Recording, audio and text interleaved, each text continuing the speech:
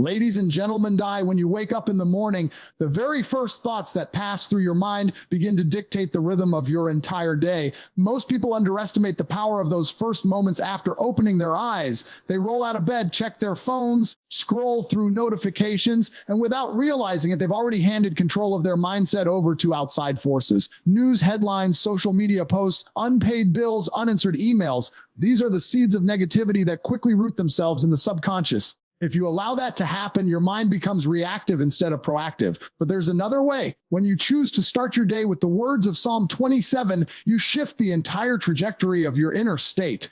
The verse declares, "The Lord is my light and my salvation. Whom shall I fear?" That statement alone, if spoken with belief, pierces through the fog of fear, worry, and doubt that tries to dominate your mornings.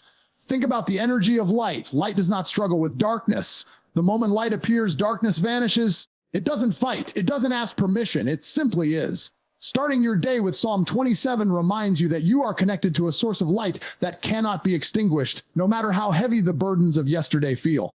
When you speak these words aloud at the beginning of your day, you are not just reciting scripture. You are programming your mind, feeding your subconscious with truth that overrides the noise of the world. This is where the real power lies. Your mornings are sacred. They are the blueprint of your destiny. If the first thing you allow into your spirit is negativity, then your day will carry the weight of that negativity in every conversation, every decision, and every opportunity. But if the first thing you allow in is light, courage, and assurance, your day begins on the frequency of power. Imagine two people waking up at the same time. One rushes into the day, anxious, checking messages, already drowning in stress. The other sits up, takes a breath, and declares with conviction, "The Lord is my light and my salvation. Whom shall I fear? The Lord is the strength of my life. Of whom shall I be afraid?" Who do you think will face the challenges of the day with more clarity, more strength, and more resilience? The answer is obvious. Starting your day with Psalm 27 doesn't just change how you feel in the moment, it changes how you see the world. Your perspective shifts. Suddenly, the obstacles don't appear as threats, but as opportunities to prove the strength that already exists inside you. Fear loses its grip because your mind has already been conditioned with the truth that you are not walking through the day alone. You are aligned with something greater than yourself, something that cannot be shaken by circumstances.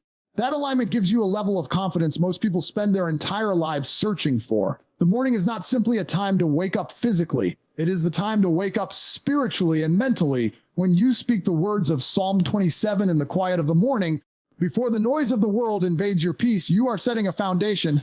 A building without a foundation collapses at the first sign of pressure. A life without a strong spiritual foundation does the same. Psalm 27 becomes that foundation, a stabilizing force that makes you unshakable when the unexpected arises. And it will arise. Life will test you. Circumstances will push against you. Negativity will attempt to creep in. But the strength of your morning foundation will determine whether you crumble or rise. Most people don't understand how much power they have to choose the state of their mind. They believe feelings just happen, that moods are random, that negative emotions are something they must accept. But feelings are dictated by focus, and focus can be trained.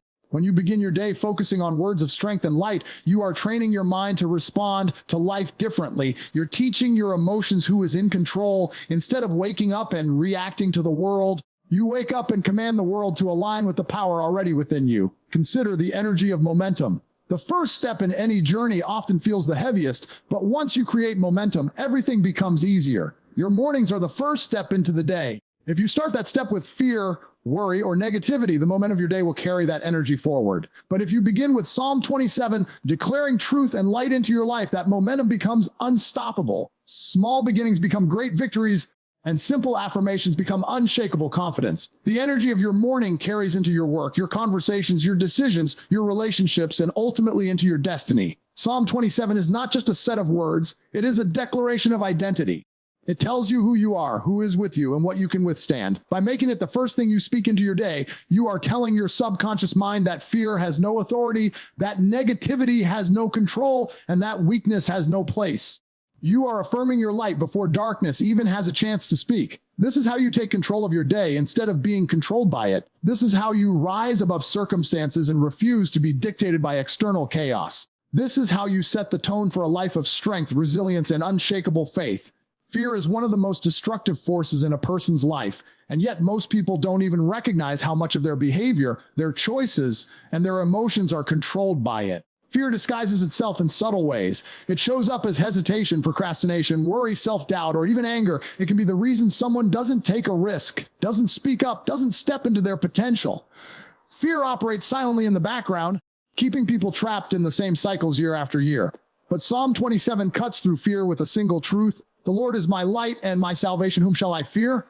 This is not just a line of scripture to be admired. It is a weapon, a shield, a declaration that fear has no authority when faith is present. Fear feeds on uncertainty. It thrives when the mind is unsure of the outcome or overwhelmed by the unknown. That's why people cling to comfort zones even when those comfort zones are suffocating them. Faith, however, destroys fear at its root because faith doesn't rely on certainty in circumstances. It relies on certainty in God. When you wake up and declare Psalm 27, you're telling yourself that no matter what the day holds, no matter what challenge comes your way, no matter how uncertain the road looks, there is a foundation beneath you that cannot be moved. That kind of faith is not fragile. It is powerful, and it gives you the courage to move forward despite what fear whispers. Think about how fear manipulates the imagination. The same imagination that can create visions of success, wealth, health, and joy can also create visions of disaster, failure, and loss. Fear hijacks the imagination and convinces the mind to believe in worst-case scenarios. People end up living in prisons built entirely by their own thoughts. Psalm 27 interrupts this cycle. It redirects the imagination. Instead of picturing yourself failing, being rejected, or being abandoned, you declare, "Whom shall I fear?" That single question dismantles the illusion fear has built in your mind. Suddenly, the worst-case scenarios lose their grip because you remember you're not fighting battles alone. The human mind cannot hold faith and fear at the same time. They are opposing forces, and whichever one you feed will dominate your life. Feeding fear looks like repeating negative stories, replaying painful experiences, obsessing over problems, and anticipating failure. Feeding faith looks like speaking truth, declaring power, affirming light, and choosing to believe in possibilities even when circumstances don't line up. Psalm 27 is a daily habit of feeding faith, and by doing so, it starves fear. Over time, this habit reprograms the subconscious. You begin to respond to life differently. Where you once hesitated, you now step forward boldly. Where you once worried endlessly, you now move with calm assurance. Where you once avoided risk, you now embrace it with confidence. Fear is loud at the start of the day because it knows that mornings shape momentum. It whispers that you aren't strong enough, that the obstacles are too big, that you've failed before and you'll fail again. But when you speak Psalm 27 first thing in the morning, you shut down fear's voice before it has a chance to dominate your thinking. Instead of waking up reactive, you wake up armored.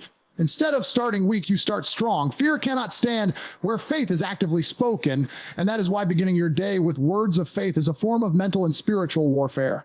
Faith is not passive, it is active energy. Faith moves you to take steps that fear would never allow you to take. Faith pushes you into opportunities fear would talk you out of. Faith makes you persistent where fear would make you quit. And faith creates a vision of life that is expansive while fear tries to shrink your life into something small, predictable, and unfulfilling. When you choose to let Psalm 27 be your daily shield, you're not just repeating words, you're building a mindset that refuses to be paralyzed. You are building a spirit that walks into challenges with authority instead of hesitation. The reason fear has power over so many people is because they believe in its voice more than they believe in God's voice. They rehearse their doubts more than they rehearse their strength. They focus on what could go wrong more than they focus on what could go right. Psalm 27 reverses this. It shifts focus. It commands your spirit to align with strength, courage, and protection. It becomes a shield that not only blocks fear, but also builds faith stronger and stronger every single day. Fear will always try to creep in because it's the natural state of a world filled with uncertainty, but you don't have to submit to it. By anchoring your mornings in faith, you start each day declaring dominance over fear. That declaration builds confidence, and that confidence spills into every part of your life. Decisions become bolder, relationships become stronger, opportunities become clearer, and your vision for your future becomes unstoppable. The words you allow into your mind are seeds, and like every seed, they will grow into something that eventually shows up in your life. Most people don't understand how much of their identity is shaped not by truth, but by repetition. If you wake up every day and tell yourself you're tired, you're unlucky, you're not good enough, eventually that story becomes your reality. You live out of the narrative you've rehearsed in your mind. That is why Psalm 27 is not just a passage to be read, but a declaration to be spoken until it becomes part of the fabric of who you are. When you begin your day with the words, "The Lord is my light and my salvation, whom shall I fear?" The Lord is the strength of my life. You're programming your subconscious with confidence that cannot be shaken. Your subconscious mind doesn't argue. It doesn't debate. It doesn't analyze whether what you're saying is true or false. It accepts repetition as reality. This is why negative people spiral further into negativity. They are constantly repeating thoughts of lack, failure, and insecurity until their subconscious accepts those as the foundation of their life. But when you use scripture, when you use words of power and truth, you flip the script. You feed your mind a new identity. You stop telling yourself that you're small, weak, or unworthy, and you start affirming that you're backed by light, protected by strength, and fearless in the face of life challenges. Over time, this repetition hardwires confidence into your subconscious. You begin to carry yourself differently. Think about the way identity shapes action. If a person believes they are shy, they act shy. If a person believes they are unlucky, they behave in ways that reinforce that belief. Identity dictates behavior, and behavior creates results. Psalm 27 shifts identity at the deepest level by reminding you who you truly are and who stands with you. When you speak these words, you're not just saying them, you are becoming them. You're telling your subconscious that fear has no authority, that light is your guide, and that strength is your foundation. That becomes your identity, and from that identity flows boldness, assurance, and courage. Confidence is not something people are born with. It is something that is built. It is built by the consistent feeding of strong, empowering thoughts. Most people build false identities by repeating the lies of fear. They say to themselves, I can't.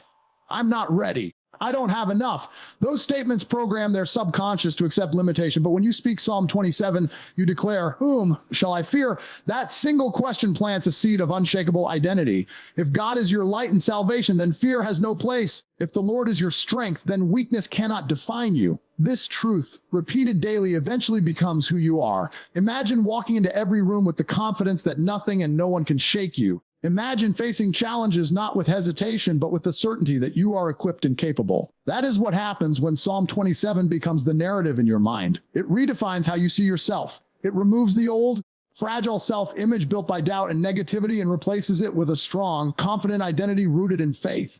The words you repeat to yourself shape the person you become, and there is no greater foundation for identity than the assurance that light and strength are on your side. Your subconscious mind governs 95% of your actions and decisions. That means most of what you do every single day is not a conscious choice, but an automatic response built on past conditioning.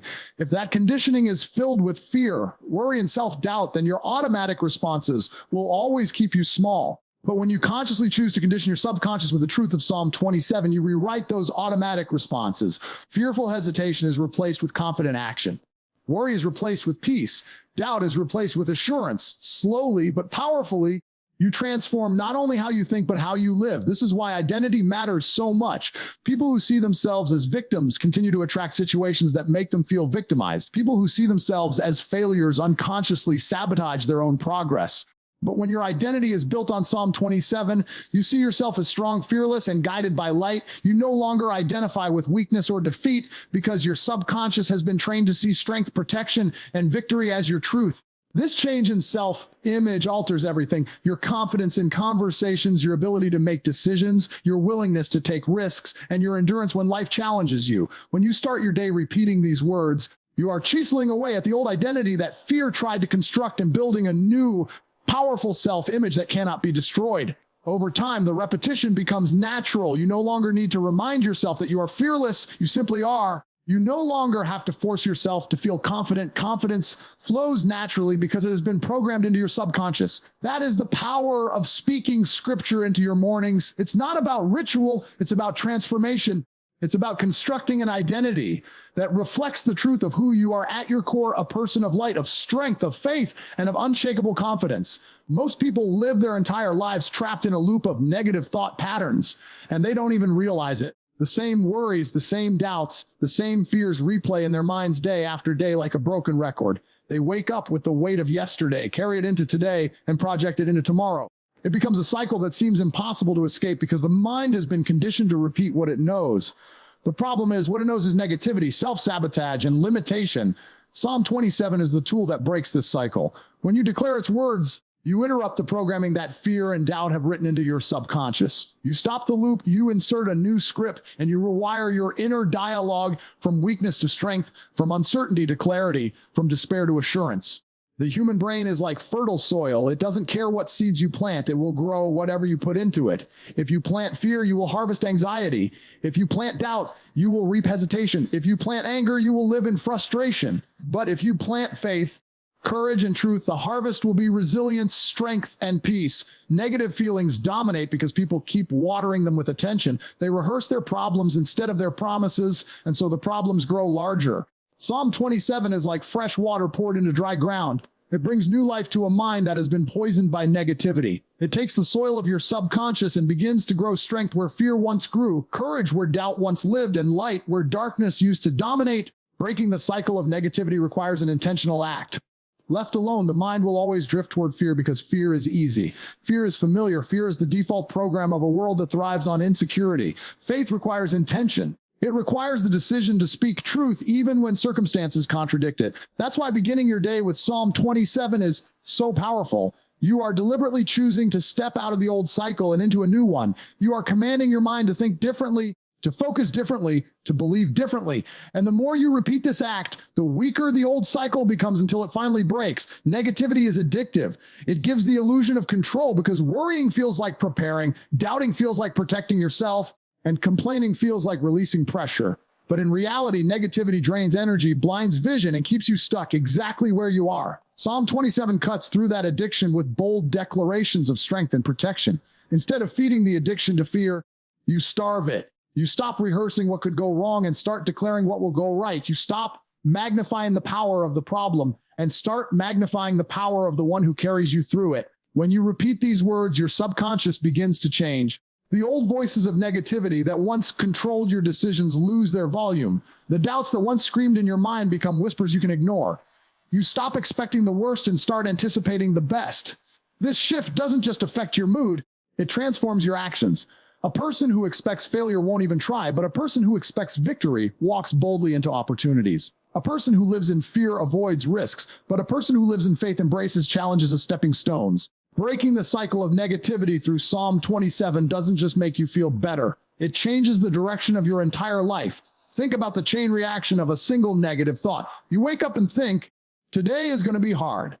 That one thought triggers a feeling of heaviness. That feeling shapes your body language, your tone of voice, your decisions, your interactions. By the end of the day, your reality has matched the thought you began with. Now imagine waking up and declaring, "The Lord is my light and my salvation, whom shall I fear?" That thought triggers a feeling of confidence. That feeling shapes your energy, your perspective, your choices, your results. By the end of the day, your reality has matched that new declaration. That is how powerful a single shift can be. The cycle of negativity is broken not by one dramatic event, but by daily choices to speak life instead of death, light instead of darkness, strength instead of weakness. Most people underestimate how much of their suffering is self-created through thought repetition. They think life is against them when really it's their own mind playing the same destructive story on repeat. Psalm 27 gives you a new story. It replaces the narrative of defeat with the narrative of victory. It becomes the inner voice that says, you are protected, you are guided, you are strong, you are fearless. And the more you repeat it, the more that voice takes over until the old cycle of negativity is unrecognizable. The cycle of negativity will always try to pull you back. It doesn't go away without resistance. The moment you begin to declare truth, your old self will argue. It will whisper, "This won't work. You've tried before." Nothing ever changes. That's the cycle fighting for survival. But if you persist, if you continue to speak Psalm 27 over your mornings, over your fears, over your doubts, eventually the cycle breaks completely. And once it breaks, it can no longer control you. That's when life begins to shift in ways you once thought impossible because your mind has been freed from the prison of negativity and reprogrammed with the power of faith, courage, and truth.